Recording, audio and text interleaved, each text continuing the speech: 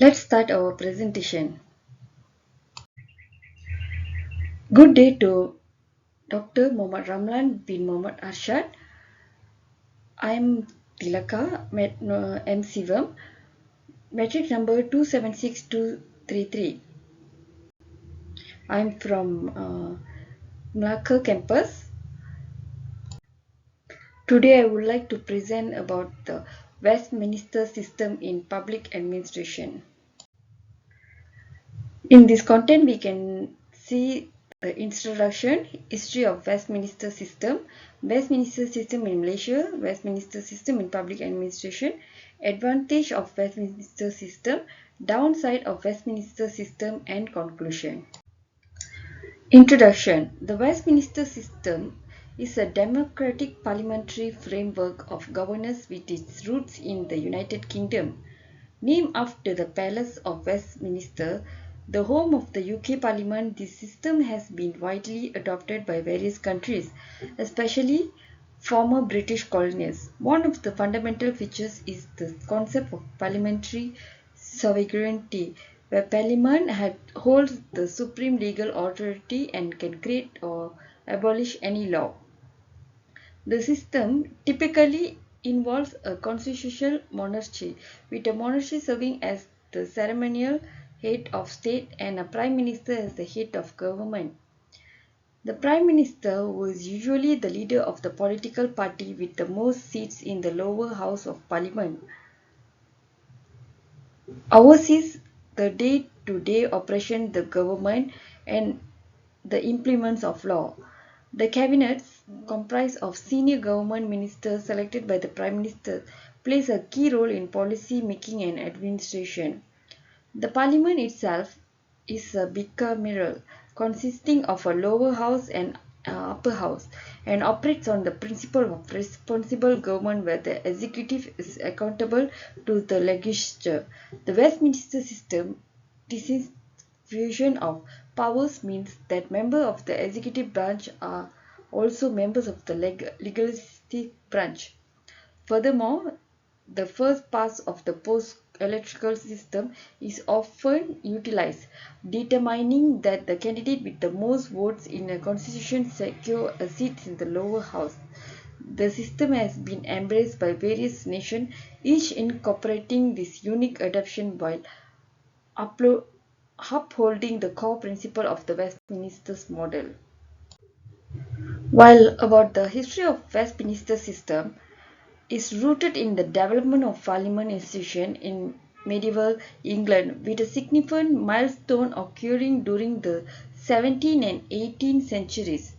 The Glorious Revolution of 1688 marked a pivotal moment, establishing constitutional monarchy and reinforcing the supremacy of parliament through legal documents such as the Bill of Rights on 1689 and the Act of Settlement in 1701. The rise of political parties, notably the Whigs and Tories, shaped the political landscape and contributed to the evolution of a system where loyal opposition became integral to a parliamentary debates. The role of the Prime Minister began to take form, exemplified by Sir Robert Walpole in 18th century, leading the way to the system where the head of government emerged from the majority party in the House of Commons. The 19th and the earlier 20th century witnessed reform acts that expanded voting rights, transforming the British political sense. The British Empire played a pivotal role in disseminating the Westminster system to its colonies, influencing the political structure of many nations worldwide. Post-independence former British colonies, including Canada, Australia, New Zealand, and India, adopted and incorporated elements of the Westminster model into their own constitutional framework. Now we look into the Westminster system in Malaysia. Malaysia political system is deeply rooted in the Westminster model. A legacy is a colonial past under British rule. Established during the British colonial period, the Westminster system continued to shape Malaysia's political landscape after gaining independence in 1957. The country functioned as a constitutional monarchy where the monarch, known as the Yang Dipertua Agung, serves as the ceremonial head of the state. This hereditary ruler is elected by the Conference of Rulers comprising the leaders of the 9 Malay states. Malaysia's parliament is bicameral, featuring the Dewan Rakyat, whose members are elected by the public, and the Dewan Negara, whose members are appointed. The Prime Minister, appointed by the King, leads the government and is typically the leader of the political party holding the majority in the Dewan Rakyat. The cabinet comprises of ministers chosen by Prime Minister, oversees specific government department.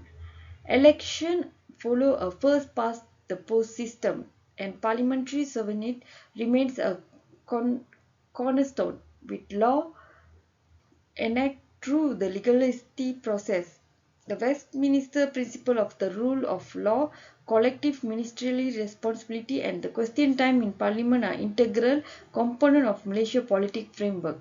While embracing Westminster continents, Malaysia has also tailored its system to reflect its unique content, notably incorporate the constitutional monarchy and addressing issues such as Malay's right through policy like the new economy policy. However, the advantage of Westminster system is followed by political stability, accountability, and responsiveness, clear lines of authority, flexibility, and adaptability. We go to the political stability. One of the key advantages of the Westminster system is its ability to provide political stability. The fusion of executive and legislative branches ensures that the government can act decisively, as the executive is drawn from the majority part in the legislature. This reduces the likelihood of legislative gridlock and enhance the government capacity to implement its agenda. The accountability and the responsibility is the system places a strong emphasis on ministerial responsibility where ministers are accountable to parliament for the action and policy of their department. The high level of accountability ensures the transparency and responsibility to public concerns. Moreover, if a government fails to deliver on its promises or faces criticism, ministers can be questioned and held to account during parliamentary session. Thirdly, the clear lines of authority. The separation of powers in the Westminster system is less rigid than its other models, such as presidential system. The Prime Minister, who is also member of the legislative, provides a clear and direct link between the executive and legislative branches. This facilitates efficient decision making and coordinator between the two branches of government. And lastly, the flexibility and adaptability. The Westminster system is known for its adaptability to changing circumstances. The government can respond quickly to emerging issues, and the lack of fixed terms allows for the dissolution of parliament and the calling of new election, providing a mechanism for the electorate to express its view and the government to seek a fresh mandate. While the Westminster system has notable advantage, it is not without its drawbacks. Some of the downsides include lack of separation of powers, potential for executive dominance, limited representation, winner takes all mentality, rapid policy shift, short-term focus. We go to the lack of separation powers. Unlike some other systems, the Westminster model lacks a strict separation of powers between the executive and legislative branches. The fusion of these branches can lead to a concentration of power in the hand of the executive, raising concern about checks and balance. Moreover, the potential and for executive domains, the concentration of power in the hand of the Prime Minister and the cabinet can lead to executive dominance. This dominance may diminish the effective of parliament oversight and limit the ability of legislative to hold the executive accountable. Meanwhile, the limited representation followed by the first past the post electoral system, commonly associated with the Westminster system, can result in a lack of opportunity in representation. Smaller parties may struggle to gain representation, leading to a system that may not fully reflect the diversity of political options with the elaborate about the winner takes an all mentality.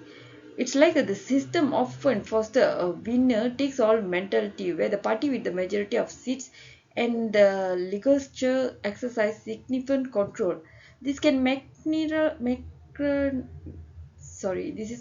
marginalize minority voices and limit the influence of smaller parties, potentially neglecting the interests of certain segment of the population. Rapid policy shift. The potential for frequent election and changes in the government can lead to a rapid policy shift. While this adaptability can be advantage, it may also certain uncertain and inconsistently in policy direction, affecting long-term planning and stability.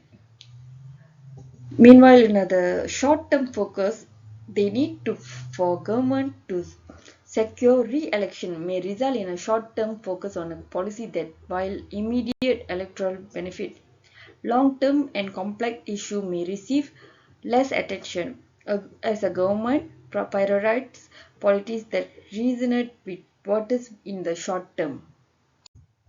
In conclusion, the Westminster system, characterized by its adaptability, political stability, and emphasis on accountability, has proven to a resilient government model across various nations.